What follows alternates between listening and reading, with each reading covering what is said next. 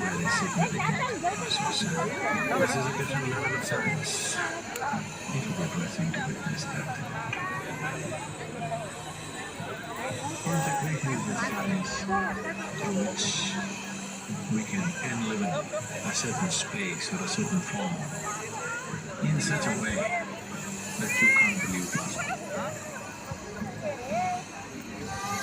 You can generate an energy form which becomes alive and lives forever.